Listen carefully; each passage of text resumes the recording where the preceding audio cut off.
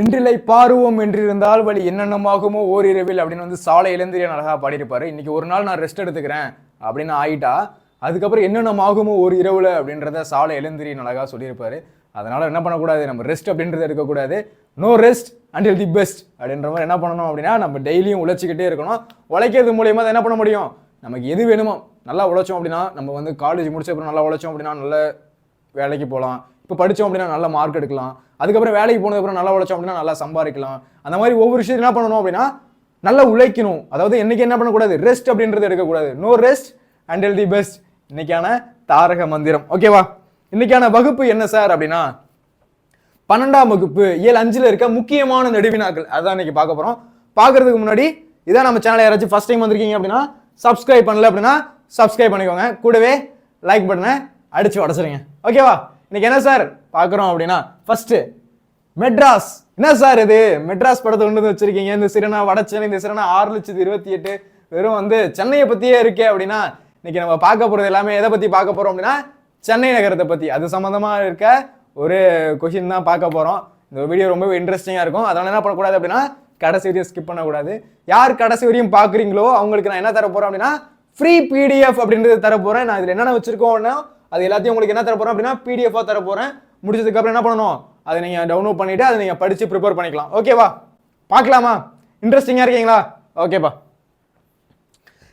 வட சென்னை, சென்னை எல்லாமே யார் யாருக்கெல்லாம் வந்து தனுஷ், விஜய் எல்லாரும் பிடிக்குமோ ஒரு லைக்கை தட்டி விட்டுருங்க.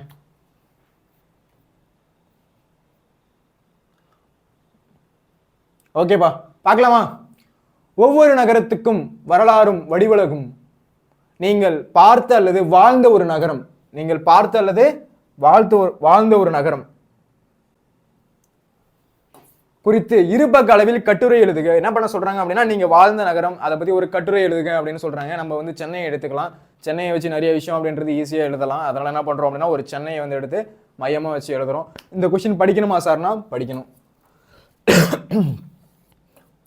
இந்த கொஸ்டின் படிக்கணும். ஈஸியாக தான் இருக்கும், கதை மாதிரி தான் இருக்கும். உங்களுக்கு எப்படி சொல்ல போறேன் அப்படின்னா கதை மாதிரி தான் சொல்ல போறேன்.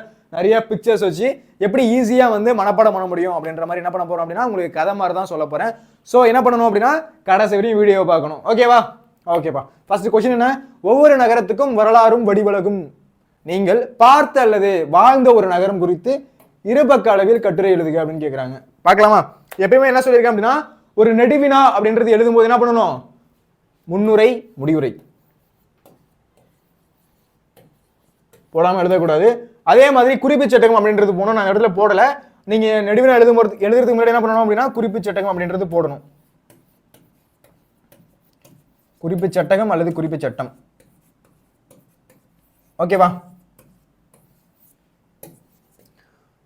கிளியரா? ஓகேப்பா. ஃபர்ஸ்ட் முன்னுரையில் என்ன சொல்றாங்க அப்படின்றத பாருங்களேன். ஒவ்வொரு நகரத்துக்கும் வரலாறும் வடிவழங்கும் உண்டு என்பதில் நான் பார்த்து வளர்ந்த சென்னை நகரத்தை பற்றி இக்கட்டுரையில் காண்போம்.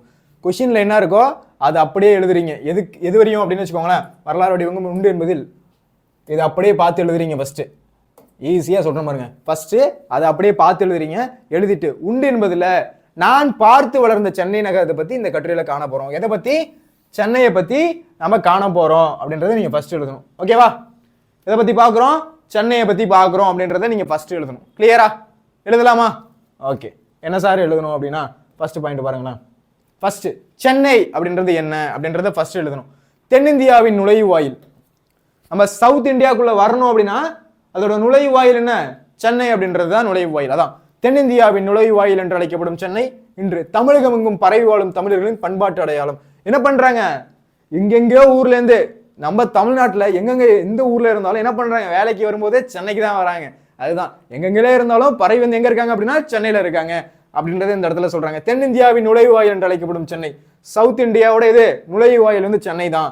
இன்று தமிழகம் எங்கும் பரவி வாழும் தமிழர்களின் பண்பாட்டு அடையாளம். தமிழகம் எங்கும் பரவி வாழும் தமிழர்களோட பண்பாட்டு அடையாளமா திகழ்கிறது சென்னை அப்படின்றத ஃபர்ஸ்ட் எழுதணும். சென்னை இந்தியாவின் முதுமை நகரங்களுள் ஒன்று மற்றும் தமிழகத்தின் தலைநகரம். நம்ம தமிழ்நாட்டோட தலைநகரம் எதுப்பா? சென்னை. நம்ம தமிழ்நாட்டோட தலைநகரம் எது அப்படின்னா சென்னை. அதே மாதிரி என்னது, சென்னை இந்தியாவின் முதன்மை நகரம். அதாவது இந்தியாவோட முதன்மை நகரமா இருக்குது. ஆசியாவின் டெட்ராய்டு அப்படின்னு எந்த நகரத்தை சொல்லுவாங்க அப்படின்னா சென்னை தான் சொல்லுவாங்க. அதான் சென்னை இந்தியாவின் முதன்மையான நகரத்துல ஒண்ணு. அதே மாதிரி தமிழகத்தின் தலைநகரம் அதையும் நீங்க எழுதணும். ஓகேவா? சென்னை என்று அழைக்கப்படும் பகுதியும் அதன் சுற்று பகுதிகளும் வரலாற்றுக்கு முந்தைய காலத்திலிருந்தே வாழ்ந்ததற்கான தடயங்கள் கொண்டுள்ளன. சென்னை என்று அழைக்கப்படும் பகுதியும் அதன் சுற்று பகுதியும், சென்னை இருக்குல்ல அதோட பகுதிகளும் சரி அதோட சுற்று பகுதிகளும் சரி வரலாற்றுக்கு முன்னாடி காலத்திலிருந்தே வாழ்ந்ததற்கான ஒரு அடையாளமாகவும் ஒரு தடயங்களாகவும் கொண்டிருக்கு அப்படின்றத எழுதணும். புரியுதா? அப்ப என்ன எழுதணும் அப்படின்றத முன்னுரைன்னு போட்டு கொஸ்டின்ல உள்ளதை அப்படியே எழுதணும். எழுதி நம்ம வந்து சென்னையை பத்தி இன்னைக்கு இந்த கட்டுரையில காண போறோம் அப்படின்றத நீங்க எழுதணும். அதை முடிச்சுட்டு சென்னையை பத்தி போடணும். சென்னைன்னு போட்டு என்ன எழுதணும்? சென்னை வந்து தென்னிந்தியாவோட நுழைவாயில், தமிழகம் எங்கும் பரவி இருக்க வந்து மக்கள் என்ன பண்றாங்க, சென்னையில வந்து வாழ்றாங்க, அதை எழுதணும். அதுக்கப்புறம் சென்னை இந்தியாவின் முதன்மையான நகரத்துல ஒண்ணு, தமிழகத்தோட தலைநகரம் அப்படின்றத எழுதணும். கிளியர் ஆகுதா? எழுதிருவீங்களா? புரியுதா? அடுத்து சென்னை என்று அழைக்கப்படும் பகுதியும் அதோட சுற்றுப்பகுதியிலும் வரலாற்றுக்கு முந்தைய காலத்திலிருந்தே வாழ்ந்ததற்கான தடயங்களை கொண்டிருக்கு அப்படின்றத எழுதி முடிக்கணும். ஈஸியா புரியுதா? இப்ப நம்மளோட சென்னை அப்படின்றது எப்படி இருக்கு அப்படின்னா, நம்ம என்ன பண்ணுவோம், ஸ்கூல் படிப்போம், காலேஜ் படிப்போம், எல்லாத்தையும் முடிச்சதுக்கு அப்புறம் வேலைக்குன்னு வரும்போது எங்க வருவோம், டைரக்டா சென்னைக்கு தான் வந்து இறங்குவோம். ஏன் அப்படின்னா இங்க வேலை வாய்ப்புகள் அப்படின்றது கொட்டி கிடக்கு. அதனால என்ன பண்ணுவோம் அப்படின்னா சென்னைக்கு வந்து வேலைக்காக வருவோம். ஓகேவா? புரியுதா ஏன் வந்து சென்னையை சூஸ் பண்ணிருக்கோன்ட்டு? ஓகேப்பா. அடுத்து மானுட எச்சம். மானுட எச்சம்னா முன்னாடி இருந்த மானுடங்களை என்ன சொல்லியிருக்காங்க சென்னையை பத்தி அப்படின்றத இங்க பார்க்கலாம். பல்லாவரத்துல கண்டுபிடிக்கப்பட்ட கல் கோடாரி இந்திய அகழ்வாராய்வுத்துறை வரலாற்றில் திருப்பு முனையை ஏற்படுத்தியது. இங்க சென்னையில இருக்க பல்லாவரத்துல அங்க என்ன கிடைச்சிருக்கு, அகழ்வாய்வு ஆராய்ச்சி பண்ணும்போது கல் கோடாரி அப்படின்றது கிடைச்சிருக்கு. என்ன கிடைச்சிருக்கு? கல் கோடாரி அப்படின்றது கிடைச்சிருக்கு. அகழ்வாய்வு பண்ணும்போது கல் கோடாரி அப்படின்றது கிடைச்சிருக்கு.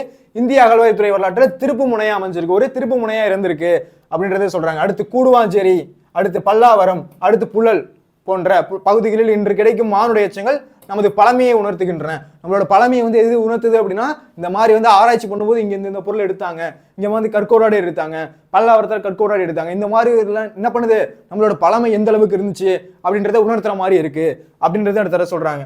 கூடுவாஞ்சேரி, பல்லாவரம், புழல். ஓகேவா? இந்த இடத்த மறந்துடக்கூடாது. ஜோகம் எங்க இருக்கு? கூடாஞ்சேரியில இருக்கு. ஓகேவா? அத மாதிரி கூடுவாஞ்சேரி, பல்லாவரத்தில் கற்கோடாரி கிடைச்சிருக்கு. புழல் ஜெயில் கேள்விப்பட்டிருக்கீங்களா? காமெடியெல்லாம் வரும்ல புழல், அதே மாதிரி அந்த புழல் போன்ற இடத்துல என்ன கிடைச்சிருக்கு, மானுட எச்சங்கள் நமது பழமையை உணர்த்துது அப்படின்றத இந்த இடத்துல எழுதணும். ஓகேவா? அடுத்து இன்று சென்னையின் ஒரு பகுதியாக விளங்கும் மயிலாப்பூர். இந்த இருக்குல்ல மயிலாப்பூர், சென்னையின் ஒரு பகுதியாக விளங்கும் மயிலாப்பூர் 2ஆம் நூற்றாண்டு. இது முக்கியம். எத்தனாம் நூற்றாண்டு? 2ஆம் நூற்றாண்டுல தாலமி, நிறைய தாடி வச்சிருக்காருல, நிறைய தாடி முடியெல்லாம் வச்சிருக்காரு, இவர்தான் என்னது, தாலமி என்பவரால் மல்லியற்பா, மயிலாப்பூர் எப்படி அவர் கூப்பிட்டுருக்காருன்னா மல்லியற்பா துறைமுகமாக சுற்றப்பட்டது, மல்லியற்பா அப்படின்னு சொல்லியிருக்காங்க. அப்ப மயிலாப்பூர் எப்படி சொல்லியிருக்காங்க? மல்லியற்பா. நான் அதை ஹைலைட் பண்ணிருக்க பாயிண்ட்ல கண்டிப்பா எழுதணும். இதெல்லாம் கண்டிப்பா டீச்சர்ஸ் நோட் பண்ணுவாங்க. ஓகேவா? சும்மா வந்து கதை அடிச்சிடக்கூடாது. வந்து இவர் அனிருத் இருக்காரு, அந்த மாதிரி இவர் இருக்காருன்னு கதை அடிச்சிடக்கூடாது. என்ன பண்ணுவாங்க, மார்க் குறுக்கு அடிச்சிருவாங்க டக்குன்னு. இந்த மாதிரிலாம் பண்ணக்கூடாது. ஒரு விஷயத்தை பத்தி எழுதுறோம்னா அதுல உண்மையான ஹைலைட்டான பாயிண்ட் இருக்கணும். அப்பதான் வந்து அதுக்கு மார்க் அப்படின்றது கொடுப்பாங்க. நம்ம என்னதான் பண்ணு சென்னையை பத்தி எழுதினாலும் ஹைலைட்டான பாயிண்ட் அப்படின்றது எழுதணும். அப்ப எழுதும்போது என்னது, பல்லாவரம் கற்கோடாரி கண்டிப்பா முக்கியம். கூடுவாஞ்சேரி, பல்லாவரம், புழல் போன்ற இடத்துல இன்றும் கிடைக்கிற மானுட எச்சங்கள் நமது பழமையை உணர்த்துது, அது முக்கியம்.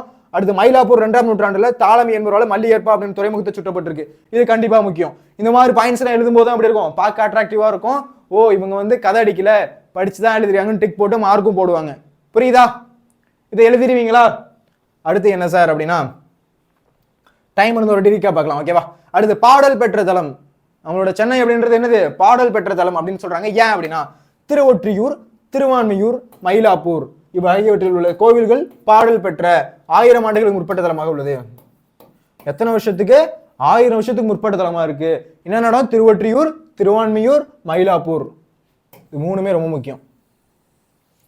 திருவொற்றியூர், திருவான்மியூர், மயிலாப்பூர் இதெல்லாம் என்னது, கோவில்கள் நகரம் அப்படின்னு சொல்லுவாங்க. இது வந்து 1000 வருஷத்துக்கு முன்னாடியே பாடல் பெற்றதா விளங்குது அப்படின்றத முக்கியமா சொல்றாங்க.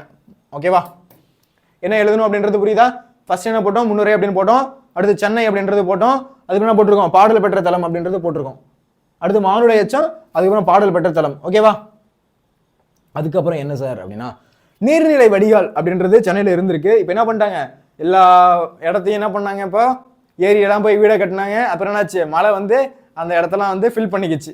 அந்த கதையெல்லாம் தெரியும்ல. என்ன ஆயிடுச்சு, சென்னையில வந்து மழை வந்தாலே அவ்வளவுதான், என்ன ஆகும், எல்லா இடமும் தண்ணியால ஃபில் ஆகிடும், போக முடியாது, வர முடியாது, இந்த மாதிரி இருக்கும். அந்த மாதிரி இருக்கிற இடம் தான் என்ன ஆயிடுச்சு, முன்னாடி இருந்த வடிகால் என்ன பண்ணாங்க அப்படின்னா, இந்த வாட்டி இடமா வந்து கன்வெர்ட் பண்ணி அந்த இடத்துல வந்து வீடு அப்படின்றது கட்டிட்டாங்க. இடம் அப்படின்றது அந்த தண்ணி போகிறது வழி இல்லாமல் என்ன ஆயிடுச்சு, தண்ணி அப்படின்றது தேங்குற நிலைமைக்கு ஆயிடுச்சு. ஓகேவா? அந்த மாதிரி நீர்நிலை வடிகால். வட சென்னைக்கு கொற்றலையாறு. வட சென்னைக்கு என்ன ஆறு? கொற்றலையாறு. வட சென்னையில வந்து கொற்றலையாறு. நல்லா ஞாபகம் வச்சுக்கோங்க. இவரை ஞாபகம் வச்சுக்கோங்க. இவரை ஞாபகம் வச்சு தான் அந்த கொஸ்டின் எழுதி ஆகணும். ஓகேவா? வட சென்னைக்கு கொற்றலையாறு. மத்திய சென்னைக்கு கூவம். கூவம் ஆறு சொல்லுவாங்கல்ல, விவேக் சார் கூட ஒரு வாட்டி உழுவாரு, உளுந்து எந்திரிச்சு கூவமாடா இது அப்படின்னு நாத்து அடிக்குதாடா அப்படிம்பாருல. மத்திய சென்னைக்கு கூவம். தென் சென்னைக்கு அடையாறு. தென் சென்னைக்கு அடையாறு.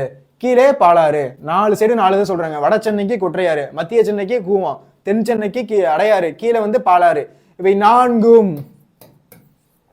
நான்கும் இணைக்கும் பக்கிங்ஹாம் கால்வாய் காட்டன் கால்வாய் இருந்துச்சு. இதை இணைக்கிற பக்கிங்ஹாம் கால்வாய், பழைய போட்டோ இது, பக்கிங்ஹாம் கால்வாய் இருந்தது. ஓகேவா? பக்கிங்ஹாம் கால்வாய் காட்டன் கால்வாய் அப்படின்றது இருந்துச்சு அப்படின்றது இந்த இடத்துல சொல்றாங்க. புரியுதா? அடுத்து 18 பெரிய ஓடைகள். எவ்வளவு பெரிய ஓடைகள் இருந்துச்சா? 18 பெரிய ஓடைகள். 540க்கும் மேற்பட்ட சிறிய ஓடைகள் இயற்கை வடிகால் பெற்றிருந்தது. நமக்கு நிறைய என்ன பார்த்துருக்கோம்? சென்னைனா பெரிய பெரிய பில்டிங் இருக்கு, அது மட்டும் தான் நம்ம பார்த்துருக்கோம். ஆனா இதுக்கு முன்னாடி 18 பெரிய ஓடைகள் இருந்திருக்கு, 540க்கும் மேற்பட்ட சிறிய ஓடைகள் அப்படின்றது இருந்திருக்கு. 18 பெரிய ஓடைகள், 540 சிறிய ஓடைகள் அப்படின்றது இருந்திருக்கு அப்படின்றத தெரிய வருது. ஆனால் அவை இங்க எங்க போயின என்று தெரியவில்லை. ஏன்? என்ன ஆயிடுச்சு? நிறைய இண்டஸ்ட்ரீஸ் வந்துருச்சு, நிறைய கம்பெனிஸ் வந்துருச்சு. என்ன பண்ணாச்சு? இப்போ வந்து எல்லாத்தையும் க்ளோஸ் பண்ணிட்டு என்ன பண்ணிட்டாங்க? வீடு கட்டுறது, ஃபிளாட் போடுறது, அப்புறம் வந்து பிசினஸ்க்கு இடம் ஆரம்பிக்கிறது, அந்த மாதிரி என்ன ஆயிடுச்சு? இந்த மாதிரி ஆரம்பிச்சுட்டாங்க. ஸோ என்ன ஆயிடுச்சு? இப்போ அந்த தண்ணி போகிறது வழி இல்லாம இங்க சென்னையில தண்ணி அப்படின்றது தேங்குது அப்படின்றத இது மூலயமா சொல்ல வராங்க. புரியுதா? நீர்நிலை வடிகால் அப்படின்றது என்னன்னு புரியுதா? இதெல்லாம் எழுதணுமா சார்னா எழுதிதான் ஆகணும். ஓகேவா? அப்பதான் மார்க் அப்படின்றது போடுவாங்க. என்ன வேணும்? வட சென்னைக்கு என்னது? வட சென்னைக்கு கொற்றலையாறு. மத்திய சென்னைக்கு கூவம். அடுத்து என்னது? தென் சென்னைக்கு அடையாறு, கீழே வந்து பாலாறு. இந்த 4ம் இணைக்கும் பக்கிங்ஹாம் கால்வாய் காட்டன் கால்வாய் இருந்துச்சு. அடுத்து 18 பெரிய ஓடை இருந்துச்சு, 540க்கும் மேற்பட்ட சிறிய ஓடைகள் அப்படின்றது இருந்துச்சு. ஆனா இப்ப அதெல்லாம் எங்க போனுச்சுன்னு தெரியல அப்படின்றத எழுதலாம். ஓகேவா? இது என்னது? நீர்நிலை வடிகால் அப்படின்ற டாபிக் கீழே வரும். ஓகேவா? புரியுதா? அதுக்கு அடுத்து என்ன சார் அப்படின்னா நகரம் உருவாக்கம். ஓகேவா? செயின்ட் ஜார்ஜ் கோட்டை எங்க இருக்கு? சென்னையில இருக்கா? அந்த செயின்ட் ஜார்ஜ் கோட்டைக்கு உள்ளே உள்ள வீடுகள் இருந்தன. அந்த பகுதி வெள்ளை நகரம். செயின்ட் ஜார்ஜ் கோட்டை இருக்குல்ல, அதுக்குள்ள இருந்த பகுதியில் என்ன சொல்றாங்க? அங்க இருந்த வீடுகளை வந்து வெள்ளை நகரம் அப்படின்னும், அதுக்கு வெளியே இருந்த குடியிருப்புகள் வந்து கருப்பர் நகரம் அப்படின்னும் அழைக்கப்பட்டுச்சு. அப்ப வந்து என்ன பண்ணிருக்காங்க? அப்ப வந்து இருந்த பிரிட்டிஷ் ஆளுங்க என்ன பண்ணிருக்காங்க? வெளில இருந்ததெல்லாம், அதாவது அந்த கோட்டைக்கு பக்கத்துல இருக்க வீடுகள் என்ன சொல்றாங்க? வெள்ளையர் நகரம் அப்படின்னும், வெள்ளையர்கள் நகரம் அப்படின்னும், அதை வெள்ளியர் கடலாம் கருப்பர் நகரம் அப்படின்னும் சொல்லியிருக்காங்க. கிழக்கிந்திய நிறுவனம் பெரும்பாலும் வணிகத்தையே செய்தது. கிழக்கிந்திய ஈஸ்ட் இந்தியா கம்பெனி என்ன பண்ணுச்சு? பிசினஸ் தான் பண்ணுச்சு. இதனால் நெசவாளர்கள் சென்னை நோக்கி, இதனால் என்ன பண்ணாங்க? நெசவாளர்கள் வந்து சென்னை நோக்கி வந்தாங்க. இந்தியாவில் எங்கெங்கேயா இருக்கிறவங்க என்ன பண்ணாங்க? சென்னை நோக்கி வந்தாங்க. ஏன்? கிழக்கிந்திய கம்பெனி ஈஸ்ட் இந்தியா கம்பெனி என்ன பண்ணுச்சு? பிசினஸ் பண்ணுச்சு. அதனால அவர்கள் வாழ்ந்த பகுதி தான் வண்ணத்துக்காரன் பேட்டை அப்படின்னு நினைச்சாங்க. வண்ணத்துக்காரன் பேட்டை என்ன ஆயிடுச்சு? வண்ணாரப்பேட்டைன்னு அப்படி இருந்துச்சு. வண்ணாரப்பேட்டையில் அப்படின்னு ஒரு பாட்டே இருக்கா? ஓகேவா? வண்ணாரப்பேட்டையினும் சின்னத்தறி பேட்டை என்ன ஆயிடுச்சு? சிந்தாரி பேட்டை அப்படின்றது சின்ன தறி பேட்டை. தறி பண்றாங்கல்ல, அது என்ன ஆயிடுச்சு? சின்ன தறி பேட்டை அப்படின்னு இருந்துச்சு. அதே காலப்போக்கில் என்ன ஆயிடுச்சு? சிந்தாரி பேட்டை அப்படின்னு மாறிடுச்சு அப்படின்றத இங்க சொல்ல வராங்க. புரியுதா? அப்ப என்னென்ன பார்த்தோம் அப்படின்றத மறுபடியும் பாருங்களேன். நகரம் உருவாக்கம், அதுல செயின்ட் ஜார்ஜ் கோட்டைக்கு உள்ள வீடுகள், அதுக்குள்ள இருந்த வீடுகள் என்ன ஆயிடுச்சு? வெள்ளை நகரம். அதுக்குள்ள இருந்த நகரத்தை வந்து வெள்ளை நகரம் அப்படின்னும், அதை சுத்தி இருக்க, அதை தாண்டி இருக்கிற இடத்த வந்து அந்த வீடுகள்லாம் என்ன சொல்றாங்க? கருப்பர் நகரம் அப்படின்னு சொல்லி அழைச்சிருக்காங்க. அடுத்து கிழக்கிந்திய நிறுவனம் என்ன பண்ணிருக்கு? அது வந்து பிசினஸ் பண்ணிருக்கு. அதனால இந்தியாவில இருந்து மற்ற நிறுவனங்கள் என்ன பண்ணிருக்காங்க? கீழே வந்திருக்காங்க. எதுக்கு? சென்னைக்கு வந்திருக்காங்க. எதுக்காக? நெசவாளர்கள் சென்னையை நோக்கி வந்தாங்க. அவர்கள் வாழ்ந்த பகுதி தான் வண்ணத்துக்காரன் பேட்டை. அவங்க வாழ்ந்த பகுதி தான் வண்ணத்துக்காரன் பேட்டை. அது காலப்போக்கில் நினைச்சு வண்ணாரப்பேட்டை அப்படின்னு மாறுனுச்சு. அதுக்கப்புறம் சின்ன தறிப்பேட்டை, சின்ன தறி பண்றாங்கல்ல, அது சின்ன தறிப்பேட்டை அப்படின்னு இருந்துச்சு. அது காலப்போக்கில் சிந்தாரிப்பேட்டை அப்படின்னு மாறிடுச்சு. இதெல்லாம் வந்து படிக்கும் போது தான் தெரியும். ஓகேவா?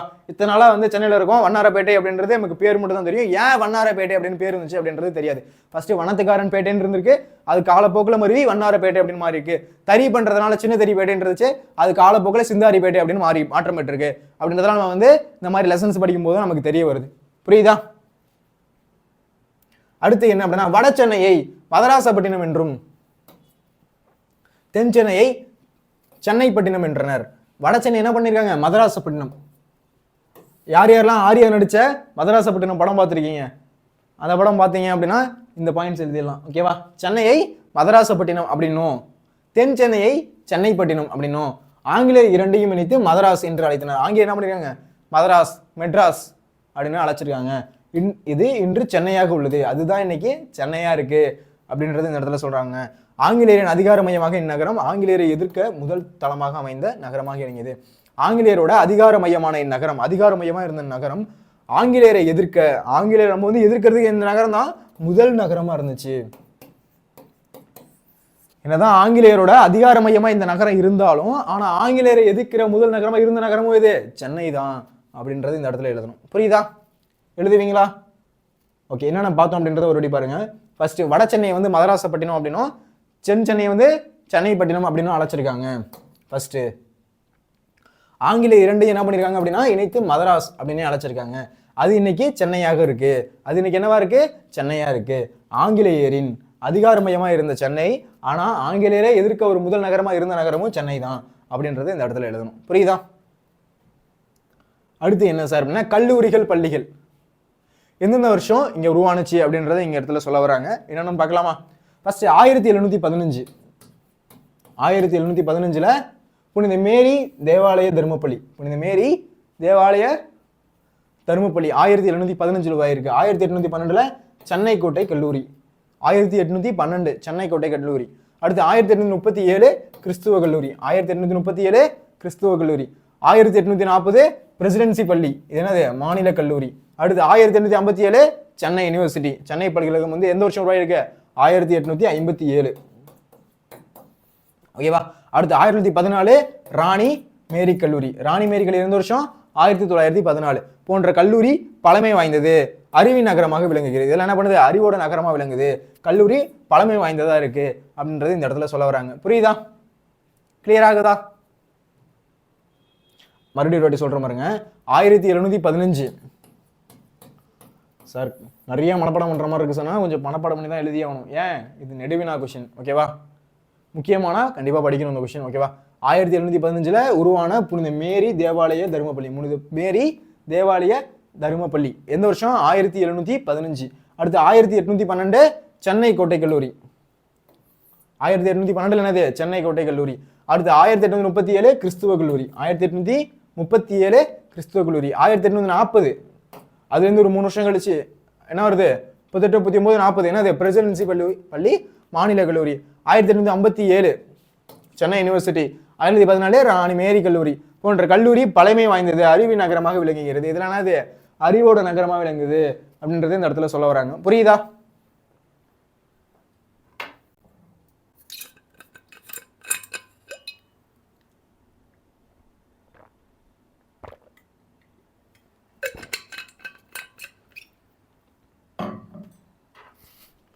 அப்ப கல்லூரிகள், பள்ளிகள்லாம் எழுதுவீங்களா?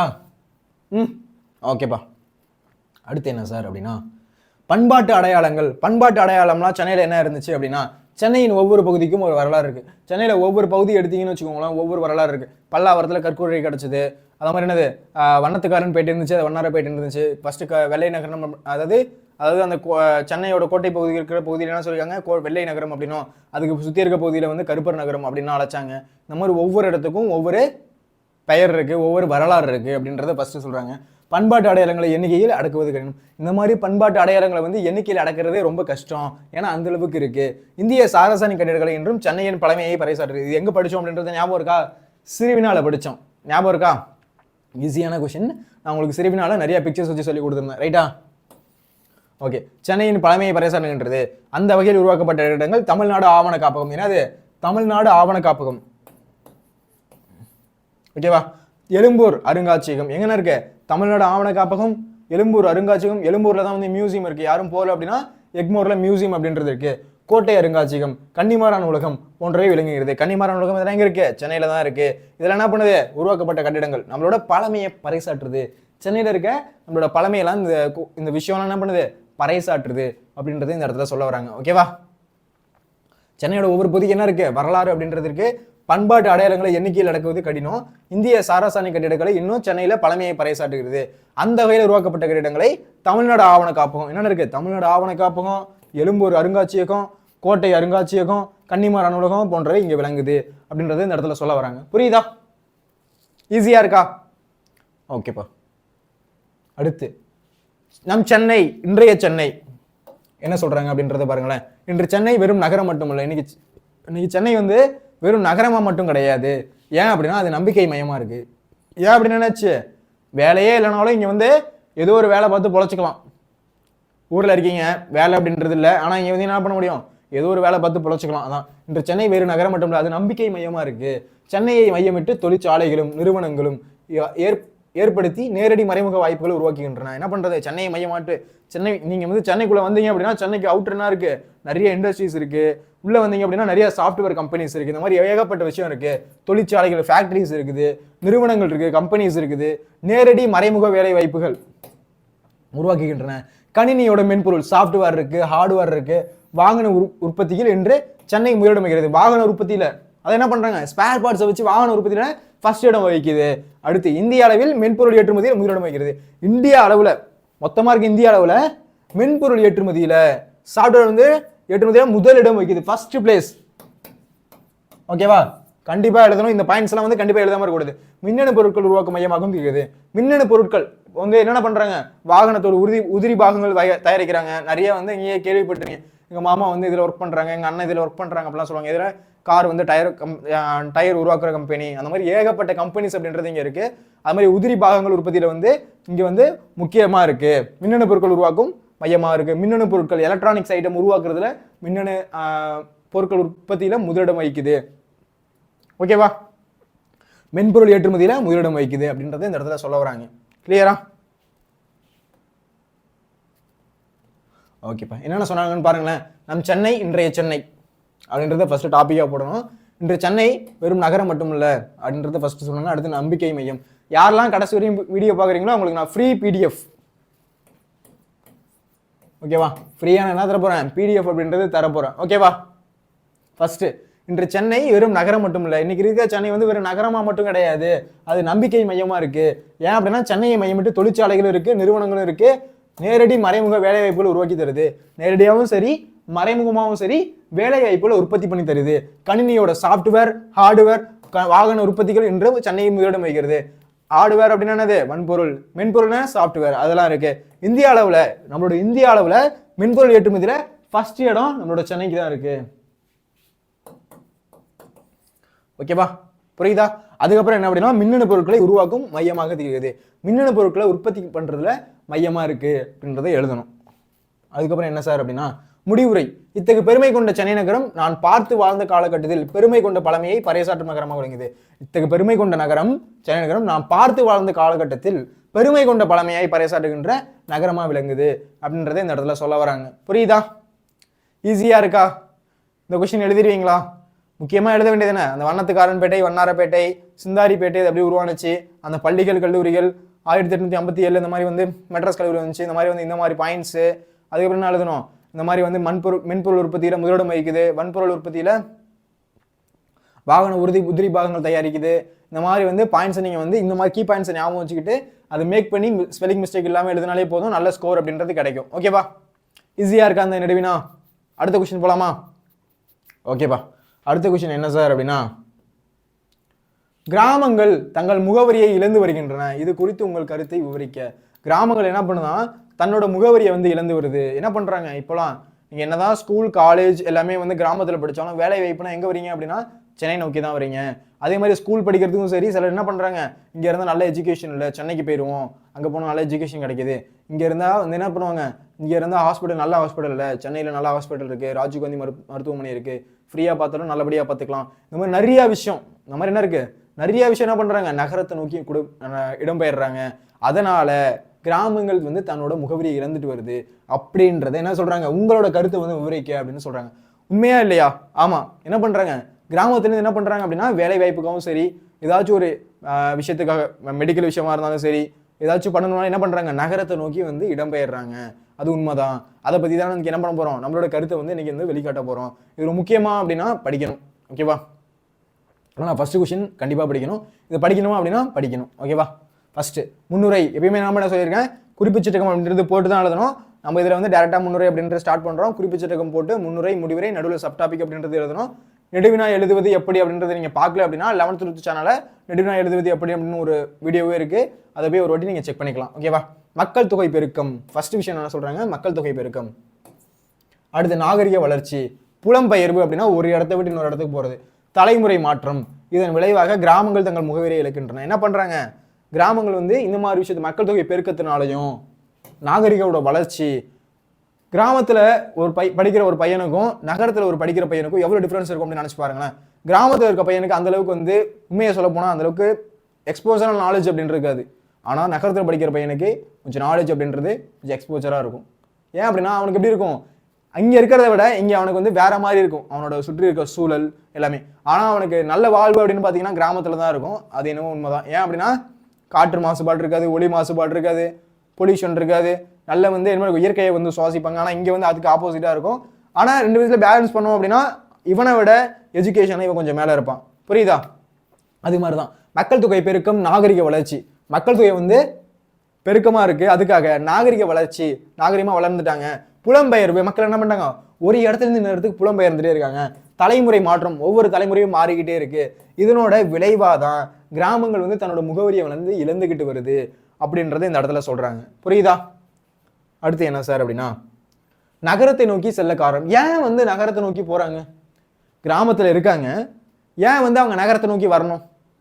யோசிச்சு பார்த்துருக்கீங்களா? அதான் இதுல சொல்றாங்க பாருங்களேன். இயற்கையோடு இயந்த வாழ்க்கை நம் தலைமுறையினர் கால மாற்றத்தினாலும் பல்வேறு காரணங்களாலும் கிராமத்தை விட்டு நகரத்தை நோக்கி நகர்கின்றனர். பெரும்பாலும் கிராமங்களின் செயல்பாடுகள் அனைத்தும் கையேடு வாழ்க்கை போன்றது. பெரும்பாலும் கிராமத்தோட வாழ்க்கை என்னது? ஒரு கையேடு வாழ்க்கை மாதிரி தான் இருக்கு. ஏன்? ஒரு வேளை வந்து என்னதான் நீங்க காலேஜ் முடிச்சுட்டு உங்க ஊருக்குள்ளே இருக்கீங்க, குண்டிச்சட்டுக்குள்ளே குதிரை ஓட்டுறாங்க அப்படின்றவாங்கல்ல, உங்க ஊருக்குள்ளே இருக்கீங்கன்னா உங்க ஊருக்குள்ள இருக்கிற என்ன வேலை இருக்கோ அதை மட்டும் தான் நம்மளால ஃபோக்கஸ் பண்ண முடியும். ஆனா சென்னை வந்துட்டீங்க அப்படின்னா இங்க வேலை வாய்ப்புகள் அப்படின்றது அதிகமா இருக்கு. இங்க வந்து 4 பேரை பார்க்க முடியும், 4 பேர்ட்ட பேச முடியும், எந்த மாதிரிலாம் இருக்கு, லாங்குவேஜ் கத்துக்கலாம், இது மாதிரி எவ்வளவு நிறைய விஷயங்கள் அப்படின்றது இருக்கு. அதனாலதான் இதுல சொல்றாங்க பெரும்பாலும் கிராமங்களின் செயல்பாடுகள் அனைத்தும் கையேடு வாழ்க்கையா போன்றது அப்படின்றது. அங்கு கடினமான உழைப்பும் விவசாயமும் தவிர பிற தொழில்களை சார்ந்து வளர்ச்சி காணப்படுவதில்லை. ஆமா, அங்க கடினமான உழைப்பு மட்டும் தானே இருக்கு.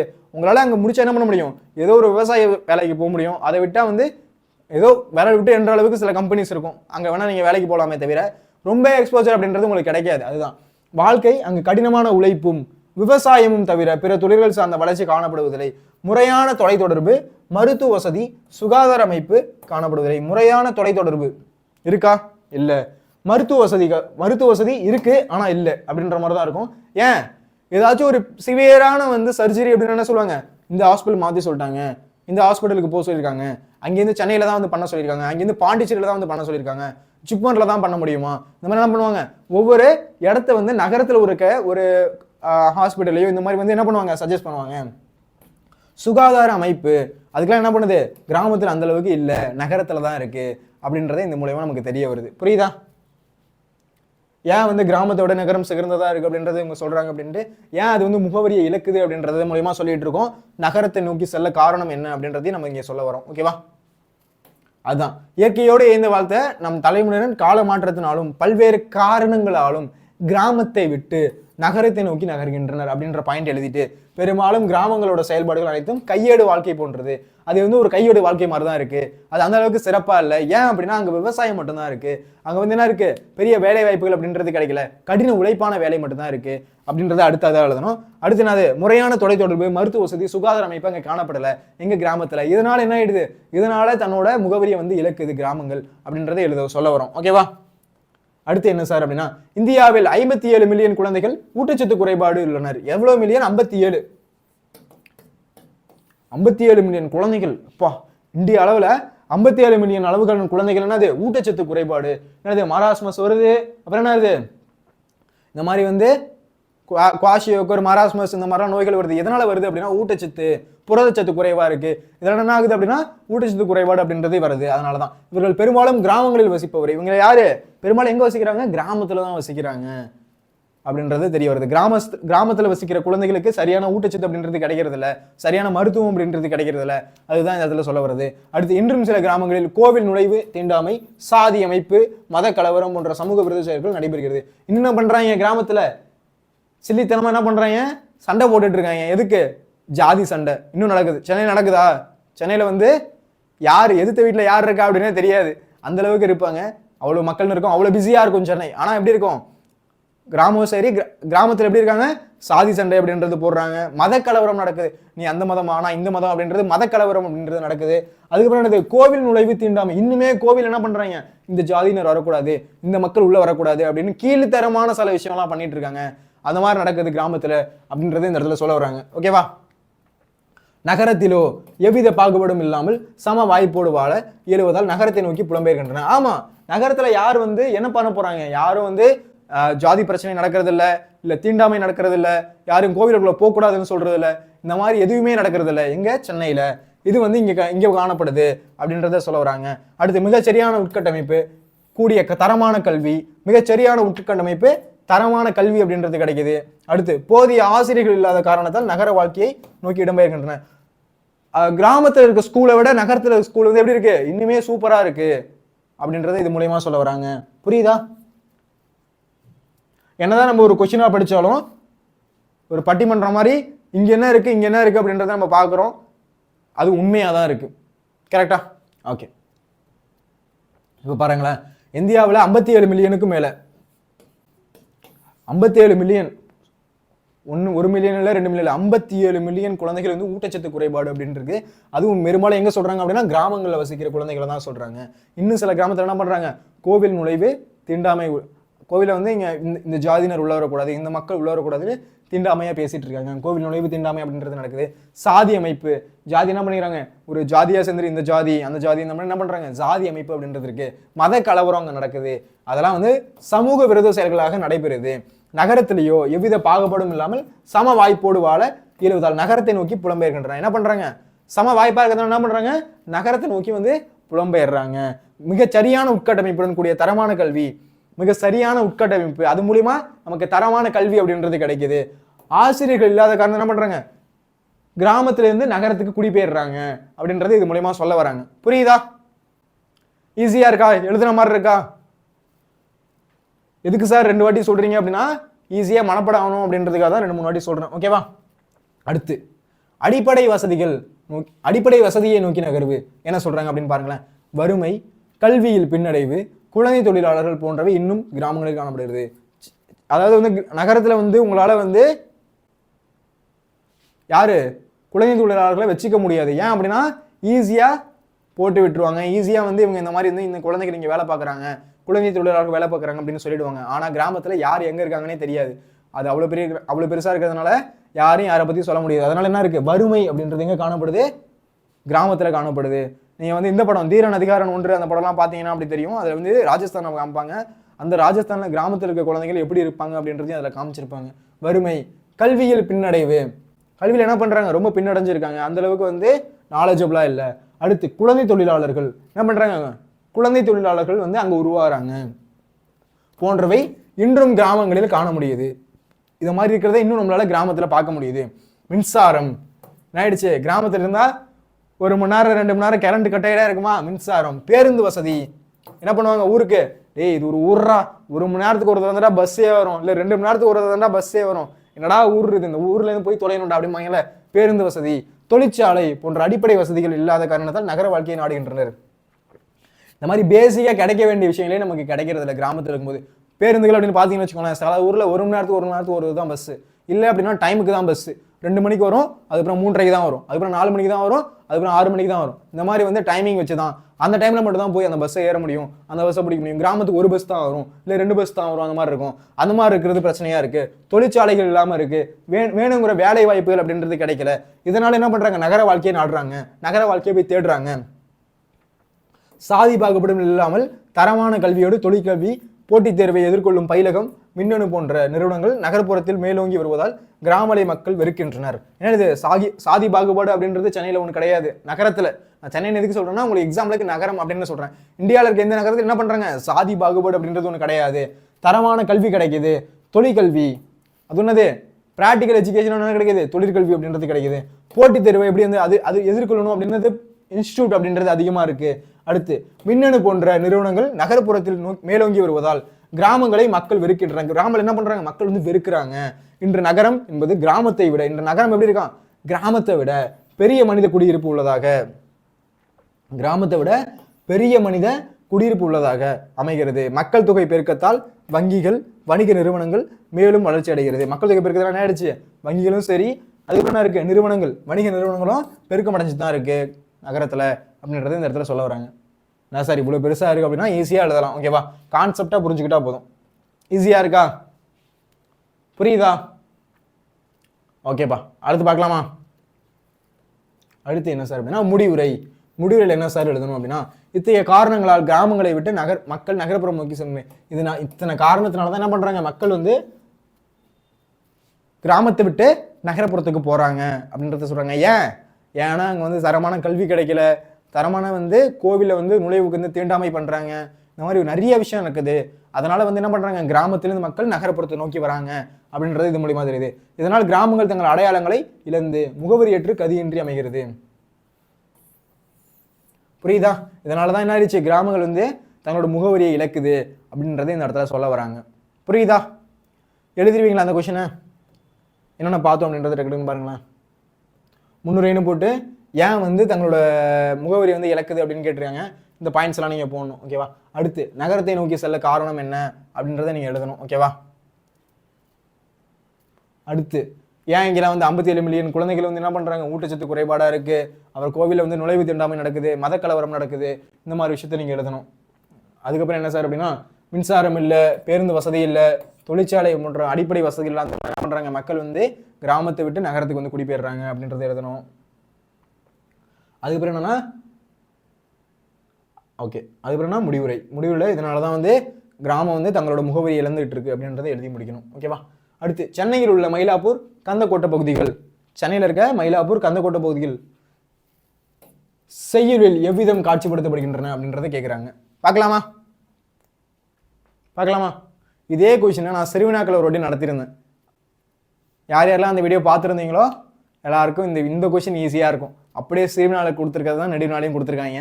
ஈஸியாக எழுதலாம். எக்ஸ்ட்ரா ஒரு 2-3 பாயிண்ட் சேர்த்து எழுதினா போதும், நெடுவினால மார்க் கிடைச்சிரும். ஓகேவா? இது ரொம்ப முக்கியமான, கண்டிப்பாக முக்கியமான கொஸ்டின். இது நோட் பண்ணிக்கோங்க. யாருக்கெல்லாம் பிடிஎஃப் வேணுமோ நான் டிஸ்கிரிப்ஷனில் லிங்க் அப்படின்றது கொடுக்குவேன், நீங்கள் டவுன்லோட் பண்ணிக்கலாம். ஓகேவா? முடிச்சுட்டு என்ன பண்ணணும், அந்த பிடிஎஃப் டவுன்லோட் பண்ணிவிட்டு அது பண்ண ரிவிஷன் அப்படின்றது பண்ணணும். ஏன் இப்போலேருந்தே படித்தா மட்டும் தான் என்ன பண்ண முடியும், நல்ல ஸ்கோர் அப்படின்றது எடுக்க முடியும். ஓகேவா? புரியுதா? பார்க்கலாமா? சென்னையில் உள்ள மயிலாப்பூர், கந்தக்கோட்டை பகுதிகள் செய்யுள் எவ்விதம் காட்சிப்படுத்தப்படுது. செய்யுள்ள இந்த பகுதிகள்லாம் எவ்விதம் காட்சிப்படுத்தப்படுது. மயிலாப்பூர், கந்தக்கோட்டை பகுதிகள் எப்படி இருக்கு அப்படின்றத பார்க்கலாமா? ஃபர்ஸ்ட் மயிலாப்பூர் முன்னாடி எப்படி இருந்துச்சு அப்படின்னா, அந்த செய்யுள்ள இளம்பெண்கள் ஆரவாரத்தோடு கொண்டாடும் திருவிழாக்கள் நிறைந்த வீதிகளை உடைய பெரிய ஊர் மயிலை, திருமயிலை அப்படின்னு சொன்னாங்க. அது காலப்போக்கில் என்ன ஆயிடுச்சு அப்படின்னா மயிலாப்பூர் அப்படின்றது தெரிஞ்சு வந்திருக்கு. ஃபர்ஸ்ட் திருமயிலை அப்படின்றது இருக்கு, காலப்போக்கில் மயிலாப்பூர் அப்படின்னு தெரிஞ்சு வந்திருக்கு. இந்த பாயிண்ட் புரியுதா? அதுக்கப்புறம் இளம்பெண்கள் ஆரவாரத்தோடு கொண்டாடும். இளம்பெண்கள் என்ன பண்றாங்கன்னா ஆரவாரத்தோடு கொண்டாடுறாங்களாம். கொண்டாடி திருவிழாக்கள் நிறைந்த, அது ஊர் எப்படி இருக்குமா, நல்ல திருவிழா நடஞ்சிருக்குமா திருமயிலை. வீதிகளை உடைய நிறைய வீதிகள் அப்படின்றது இருந்துச்சு. எங்க அப்படின்னா திருமயிலை என்ற மயிலாப்பூர்ல. ஓகேவா? அங்கு எழுச்சிமிக்க திருவிழாக்கள் நிகழும். மயிலை கபாலீஸ்வரம் எனும் கோவிலில் வீற்றிருக்கும் இறைவனுக்கு பூசையிடும் பங்குனி உத்திர ஆரவார விழா அன்று முதல் இன்று வரை சிறப்பாக நடைபெறுகிறது. அவ்விழாவினை கண்குளிர காண வேண்டும். அங்க என்ன நடக்குது, கபாலீஸ்வரம், மயிலை கபாலீஸ்வரம் கோயில்னு இன்னுமே இருக்கு. போனீங்க அப்படின்னா சூப்பரா இருக்கும். ஓகேவா? எங்க இருக்கு, சென்னையில தான் இருக்கு. ஓகேவா? எப்படி இருக்குமா, எழுச்சிமிக்க விழாக்கள் அப்படின்றது நடைபெறுமா. எப்படி இருக்குமா, எழுச்சிமிக்க விழாக்கள் அப்படின்றது நடைபெறும். மயிலை கபாலீஸ்வரம் கோவில், என்னது மயிலை கபாலீஸ்வரம் கோவிலில் வீற்றி இருக்கும் இறைவனுக்கு, அங்க இருக்கிற இறைவனுக்கு பூசையிடும் பங்குனி உத்திர ஆரவார விழா. என்னது பங்குனி உத்திர ஆர விழா, இதான் ரொம்ப முக்கியமானது. அன்று முதல் இன்று வரை, அன்னையிலிருந்து சரி இன்னைக்கு வரையும் சிறப்பா நடைபெறுது. அவ்விழாவினை கண்குளிர காணணும். அந்த விழா என்ன பண்ணணும், நம்மளோட கண்குளிர பார்க்கணும் அப்படின்றத இதுல சொல்ல வராங்க. ஓகேவா? நம்ம என்ன பண்ணிட்டோம், இயல் 5 வரையும் வந்தாச்சு. ஓகேவா? இன்னும் 4, 3, 2, 1 முடிச்சதுக்கு அப்புறம் ரிவிஷன் அப்படின்றது வந்துருவோம். ஓகேவா? யாரெல்லாம் வந்து கரெக்டாக ஃபாலோ பண்ணிட்டு வரீங்களோ நீங்க கவலையப்படாதீங்க, தமிழ்ல நல்ல ஸ்கோர் அப்படின்றது கிடைக்கும். ஓகேவா? நிறைய பேர் வந்து வீடியோஸ் பார்த்துட்டே வரீங்க, கண்டிப்பா எழுதி வச்சுக்கோங்க. வரப்போற தமிழ் எக்ஸாம்ல ஆஃப் எக்ஸாம் நல்ல ஸ்கோர் அப்படின்றது கிடைக்கும். வரப்போற பப்ளிக் எக்ஸாம்லயும் உங்களால நல்ல ஸ்கோர் அப்படின்றது எடுக்க முடியும்.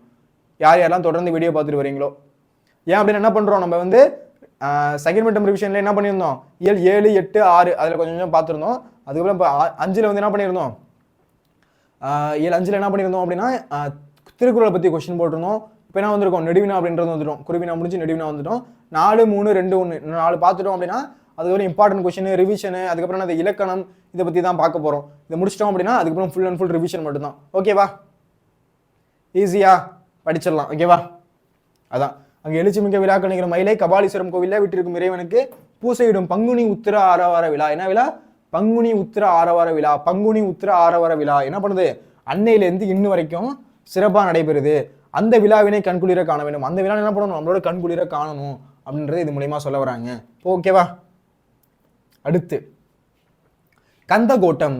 கந்தகோட்டத்தில் என்ன சார் சொல்ல வராங்க அப்படின்னா பாருங்களேன், அறம் செய்வோர்கள் நிறைந்திருக்கும் சென்னையின் கந்தகோட்டத்து திருக்கோவிலில் எழுந்தருளி இருக்கும் கந்தவளே. ஃபர்ஸ்ட் என்ன பண்றாராம், ராமலிங்க அடிகளார் வந்து இதெல்லாம் சொல்லிட்டு இருக்காரு.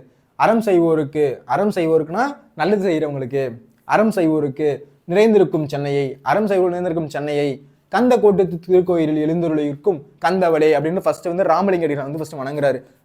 அது மாதிரி சொல்லிட்டு குளிர்ந்த முகத்தோற்றத்தை உடைய, நல்ல வந்து முகம் எப்படி இருக்கான், நல்ல குளிர்ந்த அப்படின்னா ரொம்ப வந்து அழகா அந்த மாதிரி இருக்குது, ஜில்லுன்னு இருக்க மாதிரி குளிர்ந்த முகத்தோற்றத்தை உடைய தூய மாணிக்கமணியே, தூய மாணிக்கமணியே, மணிகளுக்குள் அருள் நிறைந்த சைவமணியே, மணிகளுக்குள் அருள் நிறைந்த சைவமணியே, எனக்கு ஒரு நெறிப்பட்ட மனதுடன் உன்னுடைய மலர் போன்ற திருவடிகளை நினைக்கின்ற உத்தமர்களின் உறவு வேண்டும். எனக்கு ஒரு நெறிப்பட்ட அப்படின்னா, நெறி அப்படின்னா வழி, வழி, நெறி அப்படின்னா என்னது, போகிற வழி, அந்த மாதிரி வழி. ஓகேவா, எனக்கு ஒரு நெறிப்பட்ட மனதுடன் உன்னுடைய மலர் போன்ற திருவடிகளை நினைக்கின்ற உத்தமர்களின் உறவு வேண்டும்.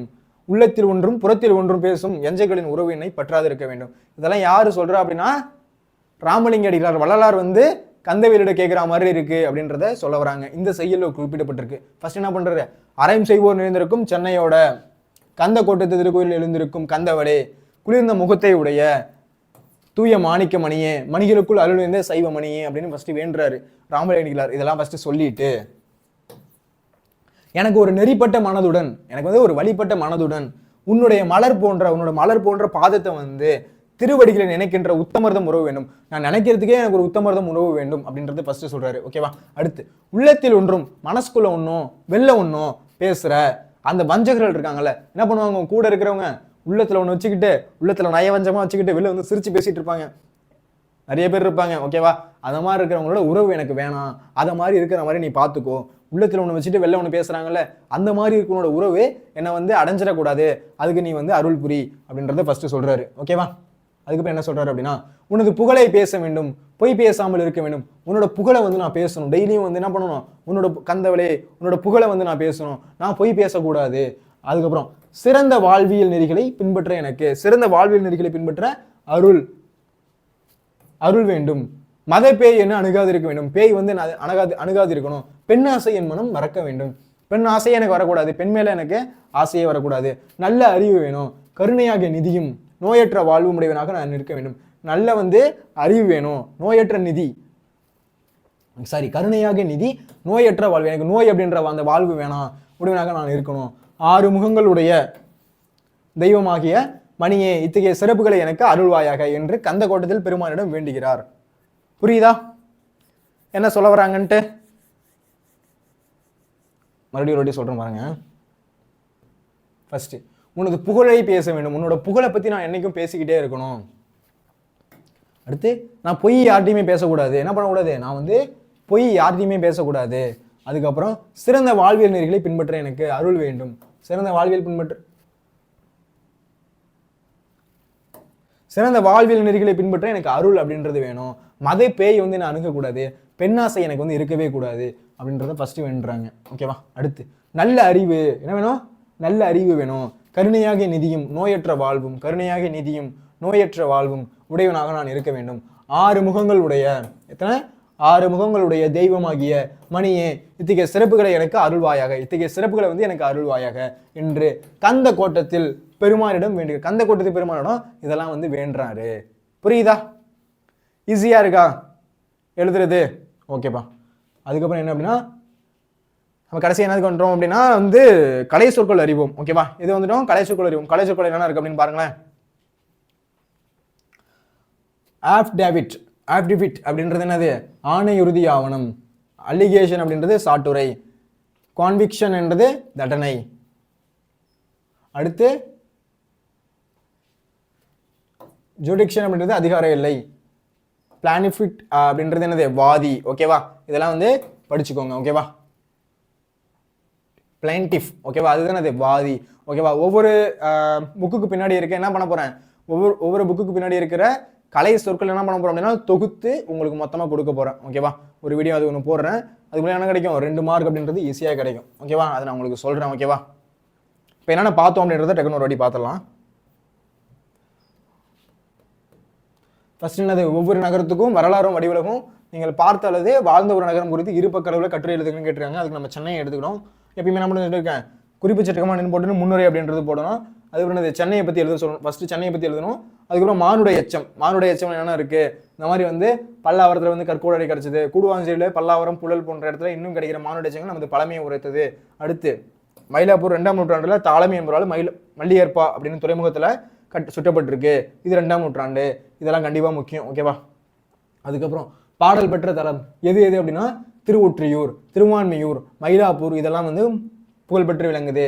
அடுத்து நீர்நிலை வடிகால். இந்த மாதிரி வந்து என்னது, வட சென்னைக்கு கொற்றலையாறு, மத்திய சென்னைக்கு என்னது கூவம், தென் சென்னைக்கு அடையாறு, கீழே வந்து பாலாறு, இது 4 இணைக்கும் பக்கிங்ஹாம் கால்வாய், காட்டன் கால்வாய் இதெல்லாம் அது இருந்துச்சு. 18 பெரிய கால்வாய் இருந்துச்சு, 540 சிறிய கால்வாய் இருந்துச்சு, சிறிய ஓடைகள் இருந்துச்சு அப்படின்றத எழுதணும். ஓகேவா? அதுக்கப்புறம் நகரம் உருவாக்கம், நகரம் எப்படி உருவானுச்சு, சென்ட் ஜார்ஜ் கோட்டைக்கு இருந்த வீடுகள் இருந்த பகுதி வெள்ளை நகரம் என்னும், அதை சுற்றி இருக்கிற மக்கள் வந்து இருந்த நகரத்தை வந்து கருப்பர் நகரம் அப்படின்னு அழைச்சாங்க அப்படின்றத இங்கே எழுதணும். அடுத்து வனத்துக்காரன் பேட்டை அப்படின்றது வண்ணாரப்பேட்டை அப்படின்னும், சின்னத்தரிப்பேட்டை அப்படின்றது சிந்தாரிப்பேட்டை அப்படின்னும் மார்த்தம் பெற்றுச்சு அப்படின்றத எழுதணும். அடுத்து மதராசப்பட்டினம் அப்படின்றது வட சென்னை வந்து மதராசப்பட்டினம், தென் சென்னை வந்து சென்னப்பட்டினம் அப்படின்லாம் சொன்னாங்க அப்படின்றதெல்லாம் எழுதணும். ஓகேவா? அடுத்து கல்லூரிகள் இருந்துச்சு. 1815 புனித மேரி தேவாலயம் தருமப்பள்ளி இருந்துச்சு. 1812 சென்னை கோட்டை கல்லூரி இருந்துச்சு. இந்த மாதிரிலாம் இந்த பாயிண்ட்ஸ் எல்லாம் எழுதணும். நான் உங்களுக்கு இந்த PDF அப்படின்றது கீழே டிஸ்கிரிப்ஷன் கிளிக் பண்ணுறேன். ஓகேவா? எடுத்துக்கோங்க, ஃப்ரீ PDF தான். ஓகேவா?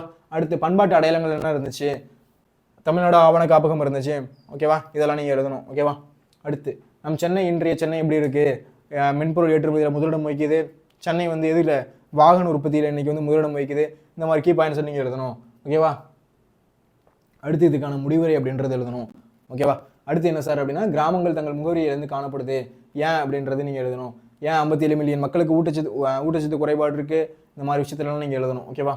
அதுக்கடுத்து கோவில் நுழைவு தீண்டாமை, சாதி அமைப்பு, மத கலவரம் இந்த மாதிரி விஷயம்லாம் இங்கே நடக்குது. அதுக்கப்புறம் அடிப்படை வசதியை நோக்கி நகர்வு. ஏன் மக்கள் வந்து போகிறாங்க, அடிப்படை வசதி இல்லை, தரமான கல்வி இல்லை, தரமான மருத்துவ வசதி இல்லை, தரமான என்ன கிடைக்கிறதில்ல, மின்சாரம் கிடைக்கிறதில்ல, பேருந்து வசதி கிடைக்கிறதில்ல, தொழிற்சாலை அப்படின்றதெல்லாம் கிடைக்கிறதில்ல அப்படின்றத எழுதணும். ஓகேவா? அதுக்கப்புறம் முடிவுரை அப்படின்றதுக்கு போகணும். ஏன் முடிவுரை என்ன ஆயிடுச்சு, இந்த மாதிரி வந்து மக்கள் வந்து என்ன பண்ணியிருக்காங்க, முகவரி அதாவது கிராமங்கள் இதன் மூலியமாக தான் தன்னோட முகவரி இழந்து நிற்கிது அப்படின்றது இந்த பாயிண்ட்ஸ் மூலியமாக எழுதுறோம் அப்படின்றது இந்த இடத்துல சொல்லணும். அதுக்கப்புறம் மயிலாப்பூர் முன்னாடி திருமயிலை அப்படின்னு அழைக்கப்பட்டுச்சு, இப்போ மயிலாப்பூர் அழைக்கப்படுறாங்க.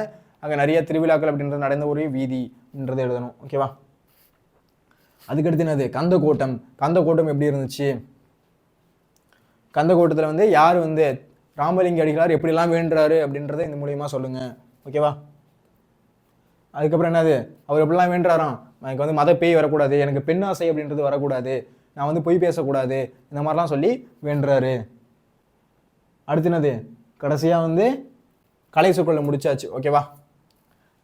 அஃபிடேவிட் அப்படின்றது ஆணை உறுதி ஆவணம், அலிகேஷன்றது சாட்டுரை, கான்விக்ஷன் அப்படின்றது தண்டனை, ஜுடிக்ஷன் அப்படின்றது அதிகார எல்லை, பிளைன்டிஃப் அப்படின்றது வாதி. ஓகேவா? கண்டிப்பாக இதெல்லாம் படிச்சிருக்கணும். ஓகேவா?